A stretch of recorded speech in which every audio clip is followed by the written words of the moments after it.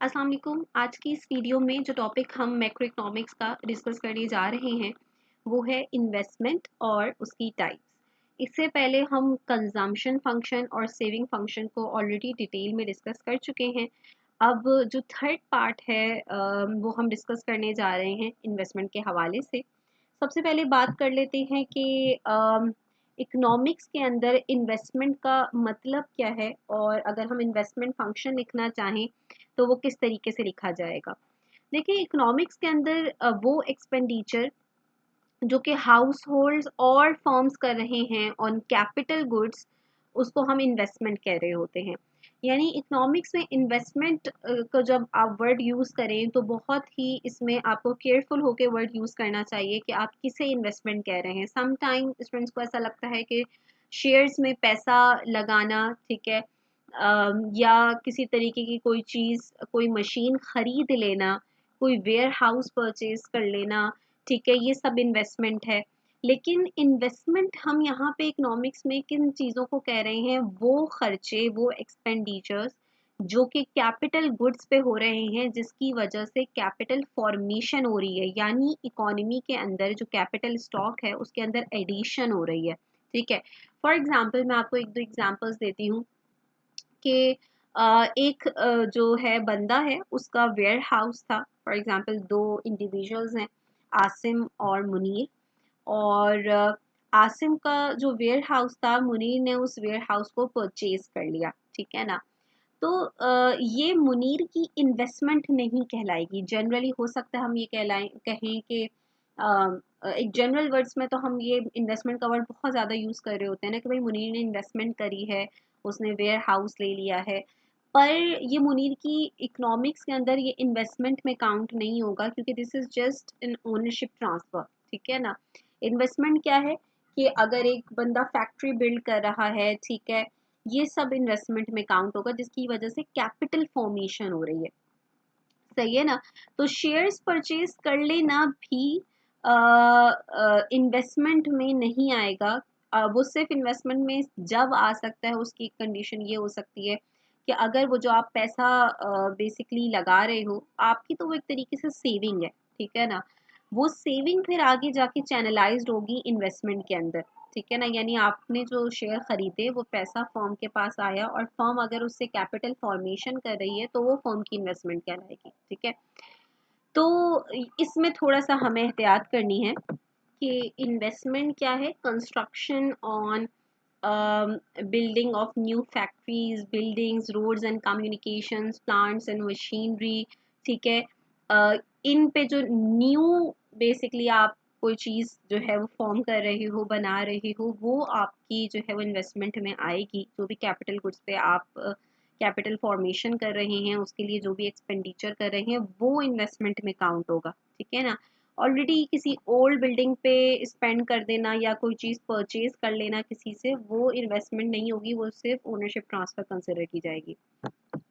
अच्छा, just like consumption and saving, investment भी जो है वो नेशनल इनकम पे डिपेंड करती है और उसके साथ इंक्रीज होती है, except a fraction of investment. यानी ये कह रहे हैं कि इन्वेस्टमेंट का भी वैसे तो नेशनल इनकम के साथ पॉजिटिव रिलेशन है, वो अभी हम डिस्कस करेंगे कि किस तरीके से, लेकिन एक फ्रैक्शन ऑफ इन्वेस्टमेंट को छोड़ के, यानी इन्वेस्टमेंट का एक फ्रैक्शन ऐसा है जो कि नेशनल इनकम पे डिपेंड नहीं करता, ठीक है ना।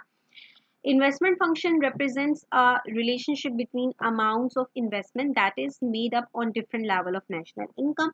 फंक्शनल फॉर्म जो लिखी हुई है वो यही लिखी हुई है कि investment is the function of national income, और जब आप उसको प्रॉपर एक फॉर्म में लिख रहे हैं तो वो आपको ये दिखा रहा है इसमें कि इन्वेस्टमेंट की जो है वो दो टाइप्स हैं, दो काइंड्स हैं, ठीक है ना। ये बिल्कुल सिंपल लीनियर इक्वेशन है कि इसमें एक कांस्टेंट आपको नज़र आ रहा है, ठीक है, और एक सेपरेट जो कि पैरामीटर जो है आपके पास लिखा हुआ है एम, जो कि मल्टीप्लाई हो रहा है नेशनल इनकम के साथ।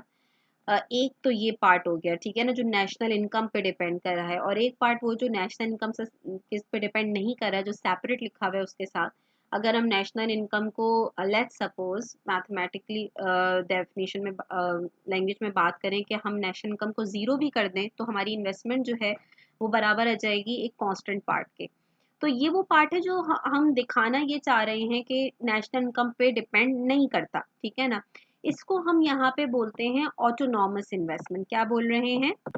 Autonomous investment. ऐसी इन्वेस्टमेंट जो नेशनल इनकम पे डिपेंड नहीं कर रही, which is independent of national income, ठीक है ना।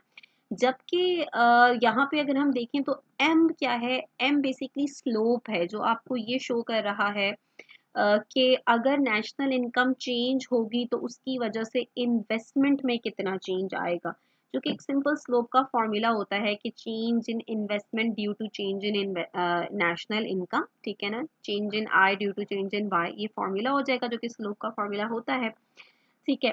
तो एम को यहाँ पे हम क्या कह रहे हैं? मार्जिनल प्रोपेंसिटी टू इन्वेस्ट, ठीक है। मार्जिनल प्रोपेंसिटी टू इन्वेस्ट कैसे लिख सकते हैं हम इसको?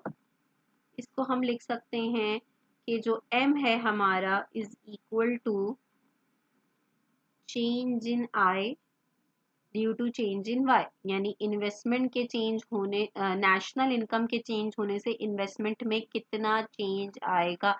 इसको लिखने का तरीका एक ये भी होता है कि चेंज हम इस तरीके से भी शो कर रहे होते हैं, ठीक है ना, कि जब नेशनल इनकम चेंज होगी तो उससे इन्वेस्टमेंट में कितना चेंज आएगा। यानी ये पार्ट जो है आपका, ये पार्ट जो इन्वेस्टमेंट का है, ये वो पार्ट है इन्वेस्टमेंट का जो किस पे डिपेंड कर रहा है? नेशनल इनकम पे डिपेंड कर रहा है। यानी नेशनल इनकम चेंज होगी तो इन्वेस्टमेंट में चेंज आएगा, ये पार्ट आपको ये दिखा रहा है। जबकि जो आपका फर्स्ट पार्ट था इन्वेस्टमेंट का, जो कि ये दिखा रहा था कि अगर हम इवन वाई को जीरो भी कर दें तो भी ये पार्ट आपका एग्जिस्ट करेगा, यानी वो पार्ट जो नेशनल इनकम पे डिपेंड नहीं कर रहा, इसको हम क्या कह रहे हैं? Autonomous investment. तो बेसिकली हमारे पास यहाँ पे इन्वेस्टमेंट की दो टाइप्स आ गई हैं। एक जिसको हम कह रहे हैं autonomous investment which is independent of the level of national income, और सेकंड पार्ट जो कि स्लोप के साथ जो मल्टीप्लाई हो रहा है आपका वेरिएबल, उसको हम कह रहे हैं, उसको हम क्या बोलेंगे? इंड्यूस्ड इन्वेस्टमेंट, यानी वो इन्वेस्टमेंट जो इनकम के साथ वेरी कर रही है।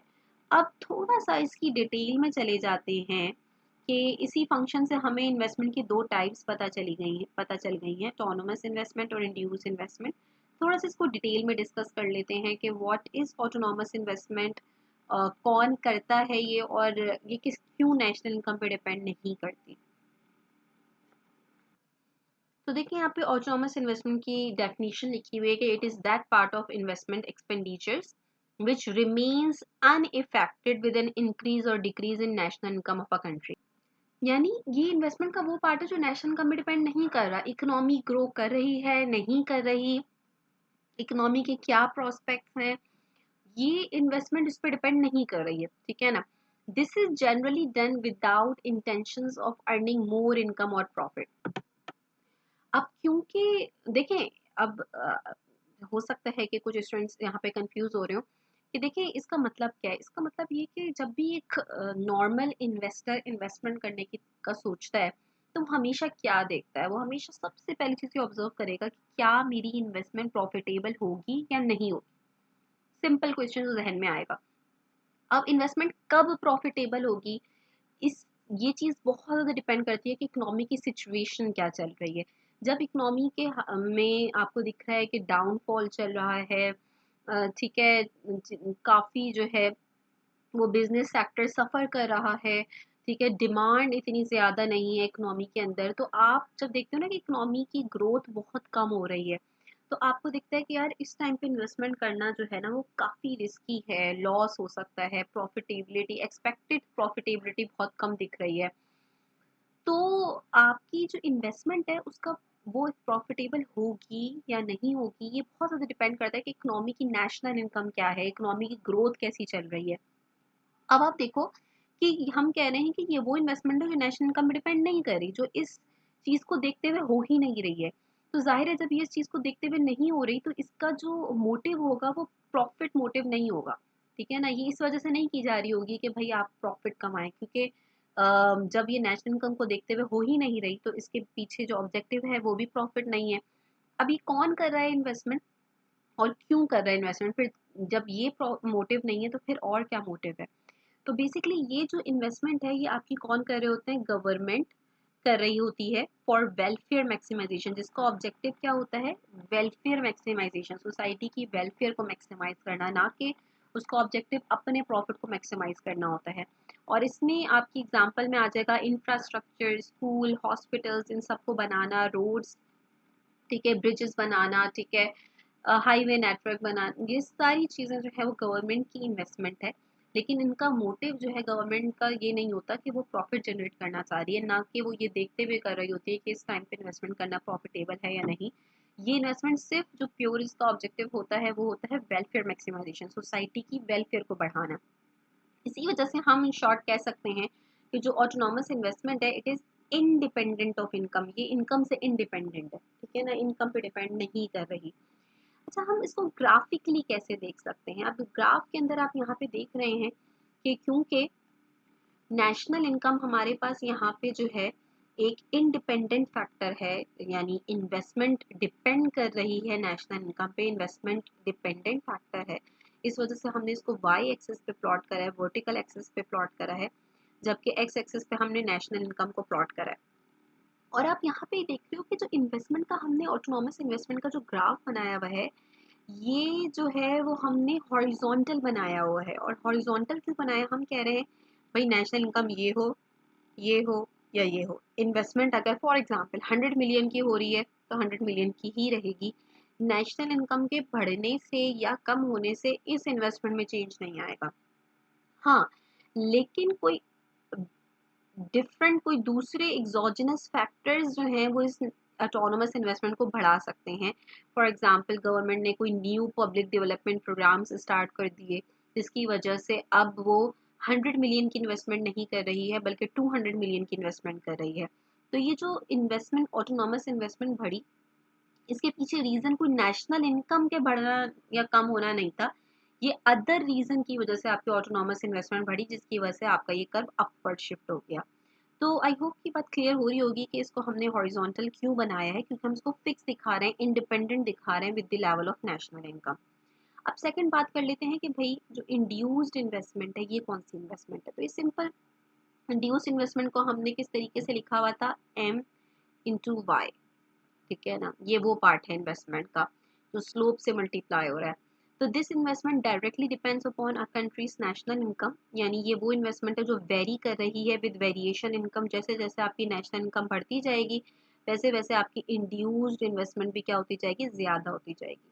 और ऑब्वियसली ये इन्वेस्टमेंट कर कौन रहा होगा, ये इन्वेस्टमेंट आपके जो प्राइवेट इन्वेस्टर्स हैं जिनका जो बेसिक ऑब्जेक्टिव होता है वो प्रॉफिट मोटिव होता है, ये वो इन्वेस्टर्स जो हैं वो कर रहे होंगे। और ये इन्वेस्टमेंट जब वो देखेंगे कि इकोनॉमी ग्रो कर रही है, लोग डिमांड बढ़ा रहे हैं चीज़ों की, तो वो ज़्यादा इन्वेस्टमेंट करेंगे क्योंकि उनको प्रॉफिटेबिलिटी दिख रही होगी। और ये आप यहाँ पे ग्राफ आपको ये भी दिखा रहा है कि किन फैक्टर्स की वजह से आपका ये इन्वेस्टमेंट कर्व अपर शिफ्ट हो सकता है। For example interest rate change हो जाए, ठीक है, इंटरेस्ट रेट जब बढ़ता है तो हमें पता है कि इंटरेस्ट रेट क्या है, कॉस्ट ऑफ बोरिंग फंड्स, ठीक है ना। जब आपको इन्वेस्टमेंट करने के लिए फंड्स की ज़रूरत होती है तो फंड्स जिस रेट पर आपको मिलते हैं, जिस रेट पर आप बोरो करते हो, उसको आप इंटरेस्ट रेट कह रहे होते हैं। इंटरेस्ट रेट जितने ज़्यादा होंगे इतना ज़्यादा मुश्किल हो जाएगा लोन लेना और इन्वेस्टमेंट करना, ठीक है ना।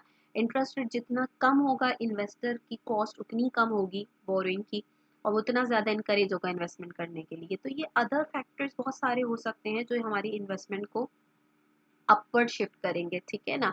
और आप माइक्रो, क्योंकि हम मैक्रो कॉन्सेप्ट जब पढ़ रहे होते हैं तो हम ये अज्यूम कर रहे होते हैं कि माइक्रो के कॉन्सेप्ट्स क्लियर हैं, कि आपको ये पता होना चाहिए कि जो नेशनल इनकम है, क्योंकि एक ग्राफ में प्लॉट हुई हुई है तो इसके चेंज होने से हम सेम कर्व पे मूवमेंट करेंगे। और अगर नेशनल इनकम के अलावा कोई अदर फैक्टर चेंज होता है जो कि इन्वेस्टमेंट जो है जिस पे इन्वेस्टमेंट डिपेंड कर रही हो, अगर कोई अदर फैक्टर चेंज होता है, कोई social factors, interest rates etcetera, तो उसकी वजह से आपका इन्वेस्टमेंट कर्व जो है वो अपवर्ड या डाउनवर्ड शिफ्ट होगा, ठीक है ना। तो ये आपकी इन्वेस्टमेंट की टाइप्स हो गई। आई होप के कॉन्सेप्ट क्लियर हुआ होगा। Thank you.